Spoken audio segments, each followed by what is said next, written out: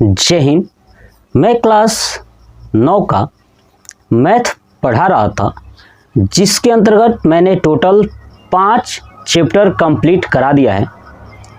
आज से मैं चैप्टर नंबर 6 स्टार्ट करने वाला हूं, जिस चैप्टर का नाम है रेखा और कोण, यानी लाइन एंड एंगल। इसका हम लोग स्टार्ट करने से पहले सबसे पहले मैं इस पूरे चैप्टर का डिटेल्स आपको समझाऊंगा। उसके बाद हम इसका प्रश्नावली पहला देखेंगे 6.1। ठीक है, जो मैं आपको समझाने वाला हूं, देखिए मैंने बोर्ड पे A to Z लिख दिया है। एक एक पॉइंट आपको मैं समझाऊंगा और जो एक्स्ट्रा चीजें होंगी वो भी मैं आपको कोशिश करूंगा कि आपको अच्छे से समझाऊं।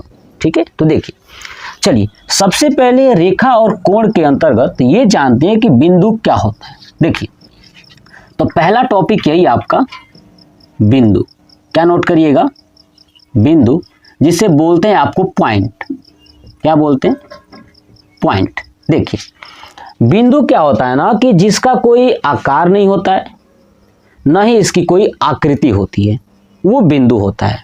मतलब कह सकते हैं कि जिसकी लंबाई भी नहीं होती है न ही चौड़ाई होती है, वो क्या होता है? बिंदु होता है। ठीक है, देखिए अगर आप देखोगे बिंदु को मैं ऐसे बना दूं, ये वाला, तो ये है आपका बिंदु। मतलब इसका न तो लंबाई है, न ही चौड़ाई है, न ही इसकी कोई आकृति है, या न ही इसकी कोई आकार है। ठीक है, तो वो क्या होती है? बिंदु होता है। ये बात क्लियर हो गया। अब देखिए अगर आप इस बिंदु को थोड़ा सा ऐसे कर दीजिए कि बीच में खाली जगह हो जाए, है ना, बीच में अगर खाली जगह हो जाएगा तो याद रखिएगा इसको बोलेंगे डिग्री।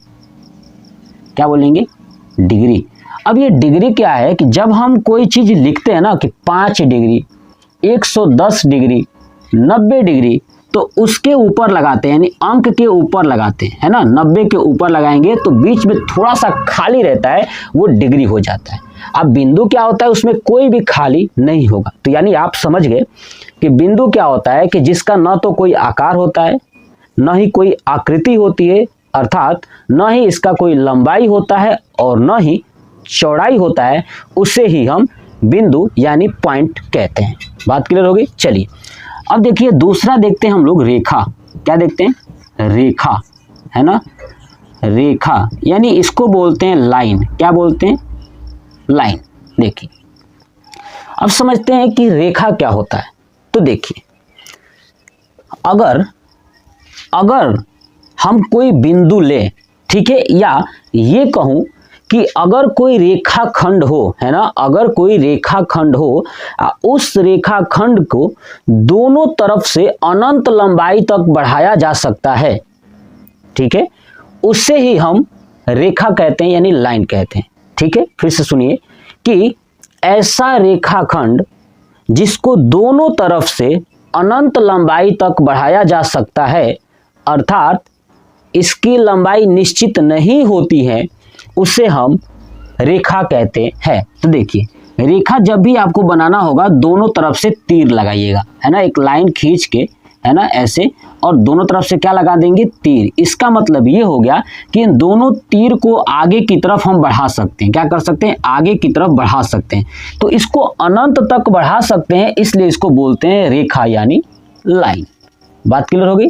अब चलिए जब मैंने यहाँ पे रेखा बताया तो आपको 2 रेखा और बताता हूं। देखिए एक रेखा आपको समझना है, यहीं पे लिखता हूं नीचे, प्रतिच्छेदी रेखा। क्या चीज? प्रतिच्छेदी रेखा। और दूसरा समझना है अप्रतिच्छेदी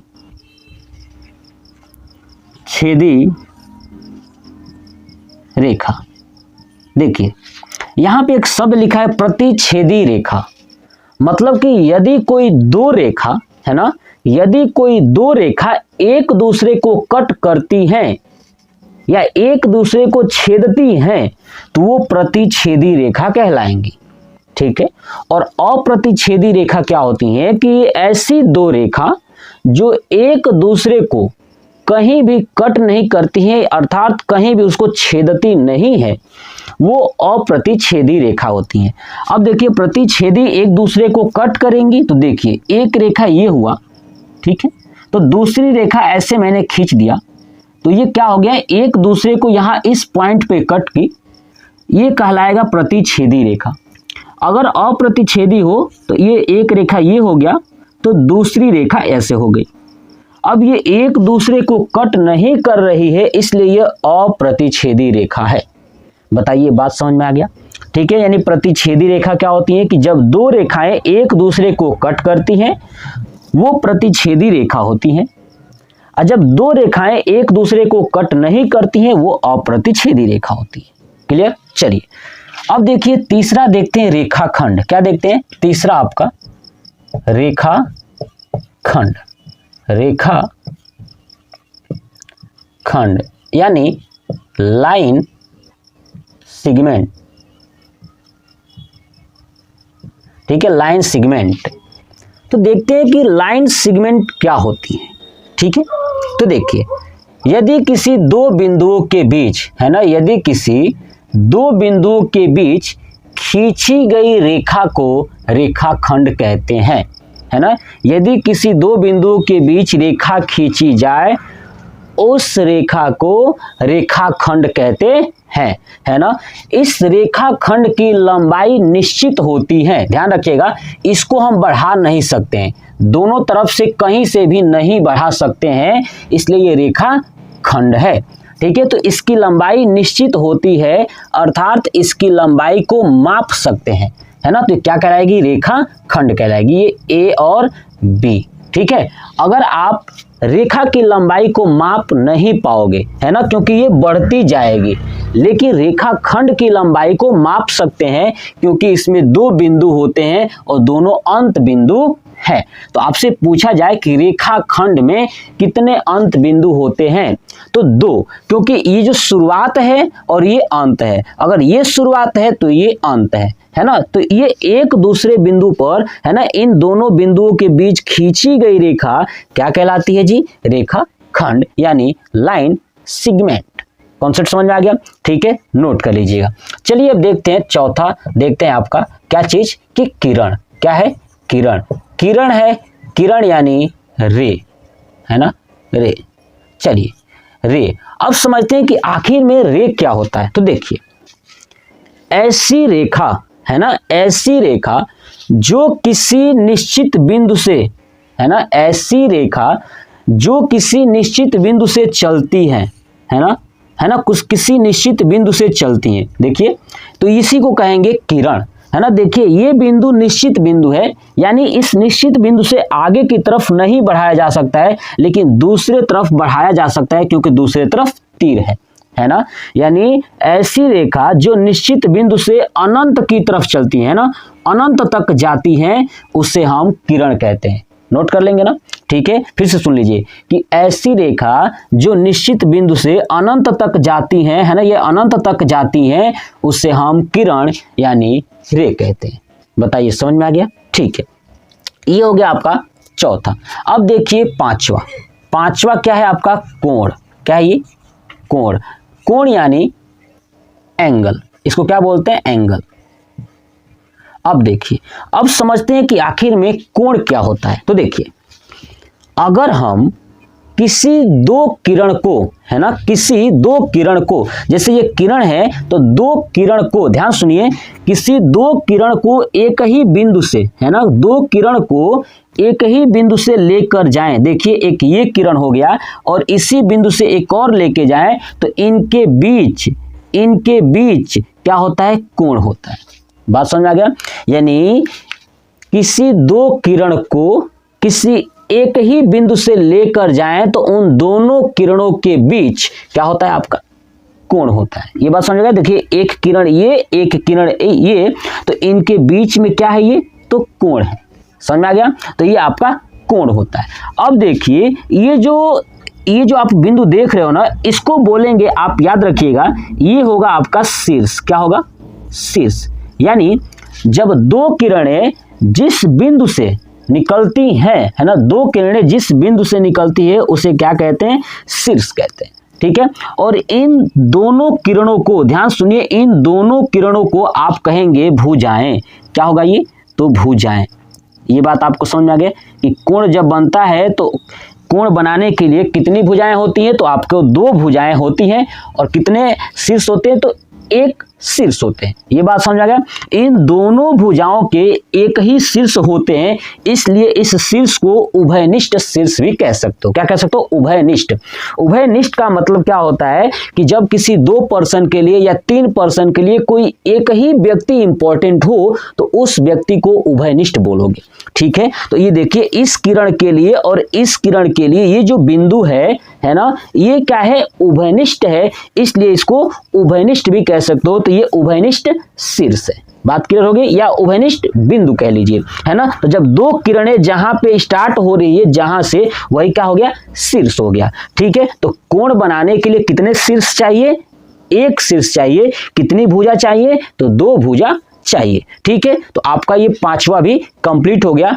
कोण क्या होता है, भुजा क्या होती है और शीर्ष क्या होता है। अब आप इसका स्क्रीनशॉट ले लीजिए और जो भी मैंने डिफिनीशन बोला ना, आप उसको नोट कर लीजिएगा। चलिए अब हम लोग देखते हैं नेक्स्ट 6 नंबर, संरेख एवं असंरेख बिंदु। तो इसे मैं हटा दूं, देखिएगा, ठीक है। तो आप नोट कर लीजिएगा और रिवाइज करिएगा बार बार चीजों को, ठीक है। और अच्छे से बस समझना है ताकि आप कभी इसे भूल न सको, ठीक है। तो चलिए देखिए, अब हम लोग देखते हैं क्या, संरेख एवं असंरेख बिंदु। देखिए, चलिए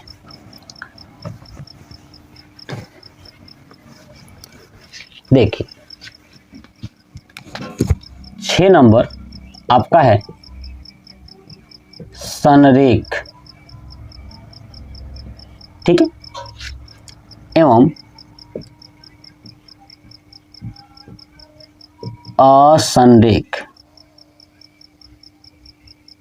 चलिए बिंदु। देखिए, सबसे पहले देखते हैं संरेख बिंदु क्या होती है ना, संरेख बिंदु। तो देखिए, संरेख बिंदु के लिए मैं आपके सामने 3 बिंदु लेता हूं, 1 2 3, या 3 से अधिक ले लीजिए। ध्यान सुनिएगा, 3 बिंदु रहेगा या 3 से अधिक रहेगा, और ये तीनों बिंदु एक ही रेखा पर हों, ठीक है ना। ध्यान सुनिए, अगर ये तीनों बिंदु या 3 से अधिक बिंदु अगर एक ही रेखा पर हैं, ठीक है, क्या है, एक ही रेखा पर हैं, तो इन बिंदुओं को संरेख बिंदु कहा जाएगा। इसका नाम भी लिख देता हूं, ABC। ये बात समझ में आ गया। यानी संरेख बिंदु क्या होता है कि ऐसे 3 या 3 से अधिक बिंदु, ऐसे 3 या 3 से अधिक बिंदु जो एक ही रेखा पर स्थित होते हैं, उसे हम संरेख बिंदु कहते हैं, ठीक है। असंरेख क्या होता है कि ऐसे 3 बिंदु या 3 से अधिक बिंदु, ठीक है, ऐसे 3 या 3 से अधिक बिंदु जो एक ही रेखा पर नहीं होते हैं, उसे हम असंरेख बिंदु कहते हैं। अब देखिए, यहाँ पे एक बिंदु हो गया, एक यहाँ हो गया, एक यहाँ हो गया, एक यहाँ हो गया, है ना। तो ये A B C और D। अब आप रेखा खींचोगे तो एक ही रेखा पे नहीं आने वाले, ठीक है। तो ये क्या हो गया, आपका असंरेख बिंदु हो गया, ऊपर वाला संरेख बिंदु हो गया। ये बात आपको समझ में आ गया कि 6वां भी कंप्लीट हो गया, संरेख एवं असंरेख, ठीक है। चलिए अब हम लोग देखते हैं यहाँ पे कोणों के प्रकार, यानी कौन कौन से कोण होते हैं, ठीक है। आप इसको नोट कर चुके होंगे, ठीक है। तो देखिएगा, ध्यान से समझना है, ठीक है। चलिए देखिए, अब देखते हैं कोणों के प्रकार, ठीक है। तो देखिएगा ध्यान से, देखिए पहला आपका कोण है न्यून कोण। क्या है ये, न्यून कोण। न्यून कोण को क्या बोलते हैं इंग्लिश में, एक्यूट एंगल। क्या बोलते हैं, एक्यूट एंगल। तो देखिए, न्यून कोण क्या होता है कि ऐसा कोण, ठीक है, ऐसा कोण जो 90 डिग्री से कम होता है, ठीक है, और 0 से अधिक है ना, 0 डिग्री से अधिक, 0 डिग्री से अधिक तथा 90 डिग्री से कम होता है, उसे हम न्यून कोण कहते हैं। ठीक है, ऐसा कोण जो 0 डिग्री से अधिक तथा 90 डिग्री से कम होता है उसे न्यून कोण कहते हैं। यानी कह सकते हो कि न्यून कोण ये है, ये क्या है आपका न्यून कोण। तो इसका मान जो है कि 90 से क्या होगा, 90 डिग्री से कम होगा और 0 डिग्री से अधिक होगा। तो ये आपका हो गया न्यून कोण। इसका पिक्चर कैसे बनेगा, तो ऐसे मैं बना देता हूं ये वाला। ठीक है, ये बना दिया, ये मान लेता हूं ए बी और ये सी। ठीक है, तो देखिए अगर ऐसे सीधा होता तो ये 90 होता, तो 90 से क्या है ये कम है, तो ये हो गया आपका न्यून कोण। ठीक है, चलिए दूसरा आता है समकोण। एकदम बिल्कुल सीक्वेंस में समझिएगा। दूसरा है आपका समकोण। समकोण, ठीक है, यानी राइट एंगल। देखिए 0 से अधिक था और 90 से कम था तो ये न्यून कोण था, लेकिन अगर 90 हो तो क्या होगा, तो 90 होगा तो समकोण होगा। यानी जिसका कोण कितना होता है, ऐसा कोण जो कितना हो 90 डिग्री होता है ना, वो क्या होती है, समकोण होता है। मतलब कि अगर ये देखिए यहाँ पे 2 किरणें आपको दिखाई दे रही हैं, ठीक है, और ये दोनों किरणों के बीच का जो कोण है ना, अगर 90 डिग्री है, इसका मतलब ये समकोण है। समझ आ गया। चलिए दूसरा हो गया। तीसरा देखिए अधिक कोण। ठीक है, तीसरा है आपका, तीसरा है अधिक कोण। क्या ये अधिक कोण यानी ऑब्ट्यूस एंगल। देखिए नाम में लिखा है अधिक, तो ये कोण जो है ना कि 90 से अधिक होगा लेकिन 180 से कम होगा। ठीक है ना, 90 से अधिक होगा मतलब कि 90 डिग्री से अधिक होगा। कौन, अधिक कोण, है ना, ऐसा कोण जो 90 डिग्री से अधिक लेकिन 180 डिग्री से कम होता है, वो अधिक कोण होता है। अब देखिएगा ध्यान से, यहाँ पे एक लाइन हो गया और मैं ऐसे बना दूं, है ना, ये तो इसके बीच का जो ये कोण है, अगर आप देखोगे ऐसे सीधा होता तो ये 90 होता, ये वाला है ना 90 होता, लेकिन ये 90 से क्या है अधिक है। ठीक है, यहाँ पे ए ओ और ये बी कर देता हूँ। ठीक है, नामकरण कर दिया। तो ये आपको जो कोण नीचे वाला दिखाई दे रहा है ए ओ बी, ये कोण क्या है आपका अधिक कोण है। समझ में आ गया। ठीक है, अब देखिए आते हैं चौथा। चौथा क्या है आपका रिजु कोण। क्या है आपका रिजु कोण, यानी इसको बोलते हैं स्ट्रेट एंगल, है ना। देखिए ये अब देखिए 0 से शुरू होकर 90 तक था और फिर 90 यहाँ पे आया। अब देखिए फिर 90 से अधिक और 180 था, तो रिजु में अब 180 आएगा। तो रिजु कोण क्या होता है कि जिनमें कोण कितना हो 180 होते हैं। क्या होते हैं 180। यानी देखिए अगर ये बिंदु है तो इस बिंदु के इधर एक किरण है और इधर एक किरण है, तो इन दोनों किरणों के बीच का जो कोण है ना वो 180 डिग्री होता है। तो इसे क्या बोलोगे रिजु कोण। क्या बोलोगे रिजु कोण। याद हो जाएगा ना। ठीक है, यानी acute angle, right angle, obtuse angle और स्ट्रेट एंगल। समझ में आ गया। स्ट्रेट एंगल में 180 डिग्री का होता है, अधिक में 90 से अधिक 180 से कम, राइट में 90 होता है और एक्यूट में 0 से अधिक और 90 से कम। अब आप इन चारों का स्क्रीनशॉट ले लीजिए और आपने कॉपी पे नोट कर लीजिए। चलिए अब हम लोग देखते हैं पांचवा, यानी प्रतिवर्ती कोण। ठीक है, तो हटा दो इसको, देखिएगा। चलिए देखिए अब हम लोग देखते हैं पांचवा, फिर ऐसे करते करते पूरा कोण देखने वाले हैं। ठीक है, और जो भी स्टूडेंट्स देख रहे हैं ना इस वीडियो को, तो बस आपको कुछ करना नहीं है, अपने दोस्तों के साथ शेयर कर देना है ताकि वो लोग भी अच्छे से पढ़ पाएं और अच्छी जानकारियां ले पाएं और अच्छे से समझ पाएं। ठीक है, क्योंकि जितने लोग पढ़ेंगे, ठीक है, उतना ही बेहतर रहेगा इस मामले में, ताकि मुझे पता चले कि आपको कितना समझ में आ रहा है। और जिन भी दोस्त को अगर डाउट्स होगा तो वो कमेंट करेंगे, वो पूछ सकते हैं, मैं उनके प्रश्नों का जवाब जरूर दूंगा। ठीक है, चलिए तो अब हम देखते हैं प्रतिवर्ती कोण। पांचवा क्या है आपका, पांचवा है प्रतिवर्ती कोण। प्रतिवर्ती कोण को क्या बोलते हैं? Reflex angle. क्या बोलते हैं? Reflex angle. अभी हमने देखा था कि रिजु कोण जो है कि 180 पर खत्म हो गया था। अब प्रतिवर्ती जो है कि 180 से शुरू होगा, है ना। प्रतिवर्ती क्या होगा? 180 से शुरू होगा। तो मतलब कि ऐसा कोण जो 180 डिग्री से अधिक, है ना, ऐसा कोण जो 180 डिग्री से अधिक और 360 डिग्री से कम होता है वो प्रतिवर्ती कोण कहलाते हैं।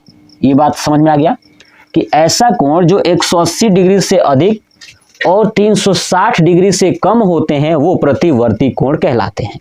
ठीक है, मतलब कि अगर आपसे कह दिया जाए कि बताइए 181 डिग्री क्या है, 195 डिग्री क्या है, 210 डिग्री क्या है, तो आप कह सकते हो ना कि ये प्रतिवर्ती कोण है। क्यों?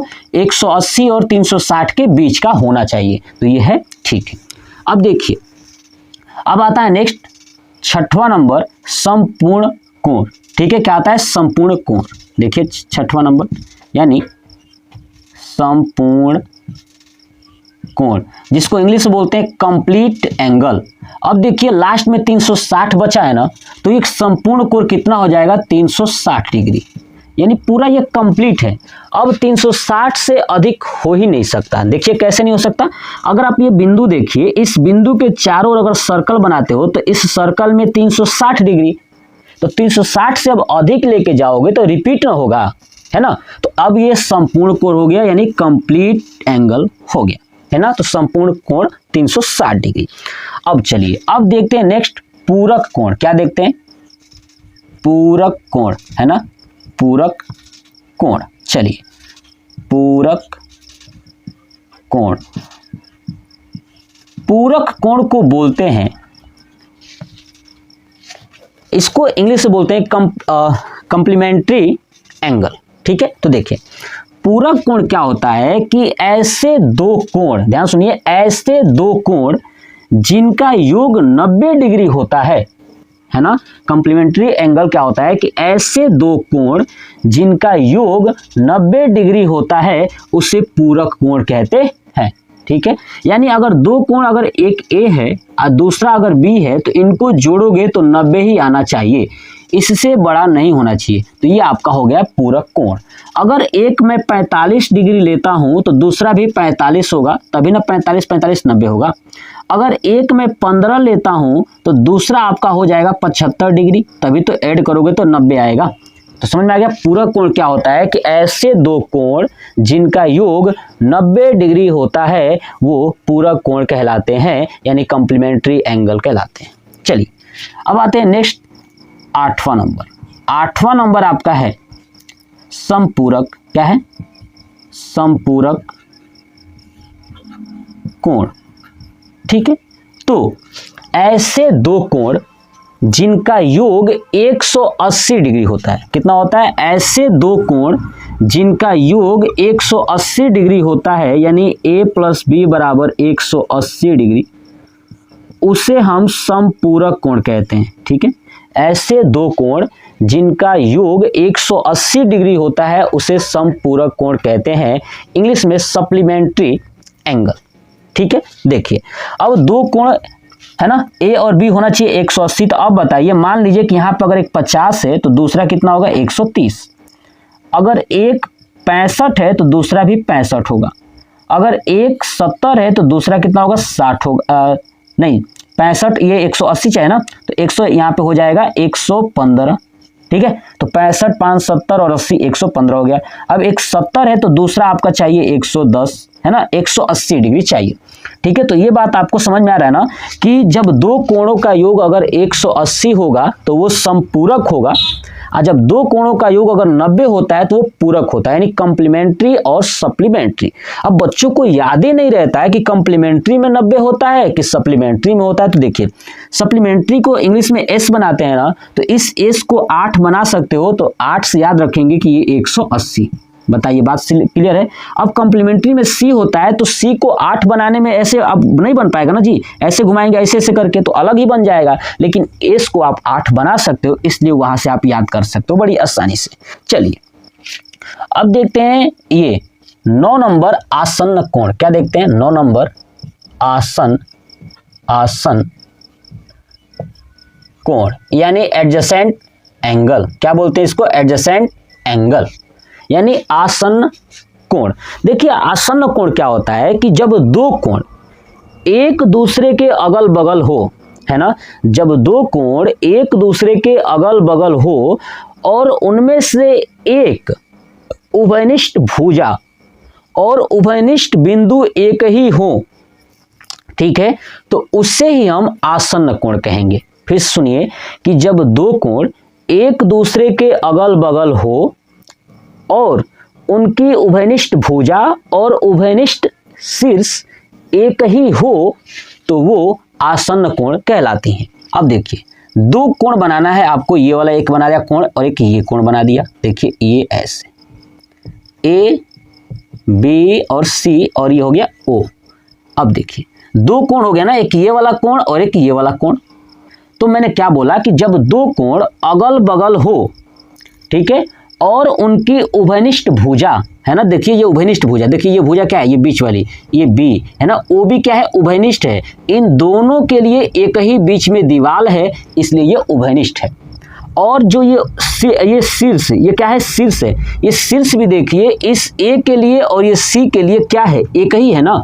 तो उभयनिष्ठ भुजा तथा उभयनिष्ठ शीर्ष एक ही हो तो वहां आसन्न कोण होता है, यानी एडजेसेंट एंगल होता है।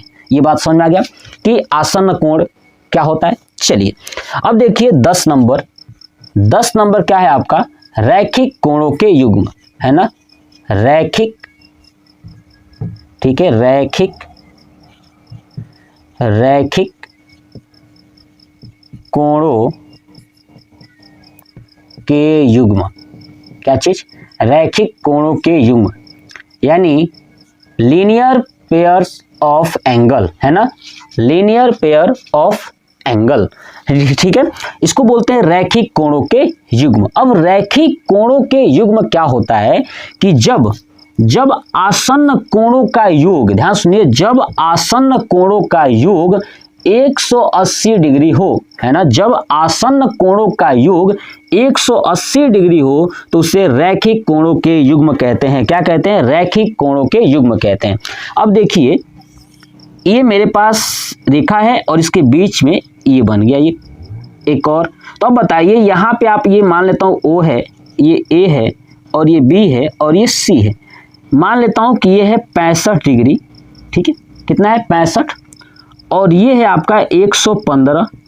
तो आप देखोगे कि ये जो रेखा है यहाँ पे, है ना, इस पे ये वाला जो है कि उभयनिष्ठ रेखा है इन दोनों के लिए और ये उभयनिष्ठ बिंदु है, तो ये तो आसन्न कोण बना, लेकिन इनका योग कितना है 180, यानी 115 और 65, इसको केवल 65 जोड़ेंगे तो 10 यानी 180। तो 180 डिग्री अगर दो कोणों का योग होता है ना, है ना, आसन्न कोणों का योग अगर 180 डिग्री होता है तो उसे रैखिक कोणों के युग्म कहते हैं। ये बात आपको समझ में आ गया। चलिए अब आप इसका स्क्रीनशॉट ले लीजिए और कॉपी पे नोट कर लीजिए। अब हम लोग देखते हैं इसका लास्ट यानी शीर्षाभिमुख कोण, ठीक है, तो वो भी मैं आपको समझाता हूं, देखिएगा ध्यान से। देखिए शीर्षाभिमुख कोण क्या होता है, ठीक है। वैसे हो सकता है कि बहुत सारे दोस्त लोग पढ़ चुके होंगे, ठीक है, लेकिन फिर भी एक बार देख लीजिएगा क्योंकि डाउट्स होते हैं और डाउट्स को क्लियर करना है बहुत ज़्यादा जरूरी होता है। क्या है नेक्स्ट? तो 11 नंबर है आपका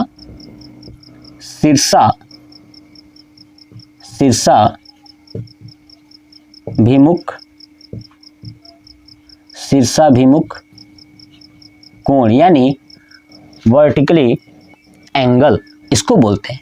शीर्षाभिमुख कोण क्या होता है कि देखिए जब कोई दो रेखा, है ना, जब कोई दो रेखा एक दूसरे को प्रतिच्छेद करती हैं, है ना, ध्यान सुनिए, जब कोई दो रेखा एक दूसरे को प्रतिच्छेद करती हैं तो प्रतिच्छेद रेखा होती हैं, है ना, लेकिन जिस बिंदु पर करती हैं कट उसको बोलते हैं प्रतिच्छेद बिंदु। क्या बोलते हैं इसको? प्रतिच्छेद बिंदु। तो इस प्रतिच्छेद बिंदु के दोनों तरफ जो कोण बन रहा है ना, इधर देखिए और यहाँ देखिए, ऐसे इधर देखिए और यहाँ देखिए, है ना, ये दोनों तरफ, है ना, इस प्रतिच्छेद बिंदु के दोनों तरफ जो कोण बन रहे हैं ना, यही कोण आपके क्या कहलाते हैं, शीर्षाभिमुख कोण कहलाते हैं, है ना। यानी यहाँ पे देखिए, ये इसको मान लेता हूँ ये O है, तो ये A B C और D, है ना। शीर्षाभिमुख कोण क्या होता है कि इस प्रतिच्छेद बिंदु के दोनों तरफ जो कोण होते हैं ना, वही शीर्षाभिमुख, यानी एक ही शीर्ष के आमने सामने, ये शीर्ष है ना, ये शीर्ष है, इसके इधर और इधर यानी आमने सामने भी मुख, है ना, मुख के विपरीत, है ना। तो ये आमने सामने जो होते हैं वो शीर्षाभिमुख, यानी शीर्ष के भिमुख के विपरीत होते हैं ना, शीर्ष है और उसके दोनों आमने सामने होते हैं, इसलिए शीर्षाभिमुख कोण होता है। मतलब कि कोण AOB, है ना, AOB ये वाला कोण और नीचे ये COD दोनों क्या होंगे, तो ये बराबर हो जाएंगे। ध्यान रखिएगा, कोण COD यही होता है आपका शीर्षाभिमुख कोण। बताइए, बात समझ आ गया कि शीर्षाभिमुख कोण क्या होता है। ठीक है, कि जब दो रेखाएं एक दूसरे को प्रतिच्छेद करें तो जिस बिंदु पर करती हैं उस बिंदु के दोनों तरफ, है ना, दोनों तरफ का जो कोण होता है वो बराबर होता है और वही शीर्षाभिमुख कोण कहलाता है। ठीक है, तो ये था रेखाएं और कोण से चैप्टर से ये इतनी सारी चीजें आपको पता होना चाहिए। इसी के बेस पर हम लोग जो है कि प्रश्नावली 6.1 का पूरा प्रश्न सॉल्व करेंगे, और जब प्रश्नावली 6.2 बताऊंगा ना, तो उसके पहले मैं उस चैप्टर का कॉन्सेप्ट आपको सिखाऊंगा। ठीक है, तो हम लोग इसी की मदद से पूरा प्रश्न जो है कि सॉल्व करेंगे, और कुछ प्रश्नों में अलग कॉन्सेप्ट भी लगेगा, तो मैं प्रश्नों के साथ ही आपको कॉन्सेप्ट सिखा दूंगा। ठीक है, तो आप इसका स्क्रीनशॉट ले लीजिए और आप मुझे कमेंट बॉक्स में कमेंट करके बताइएगा कि आपको ये वीडियो कैसा लगा। जय हिंद।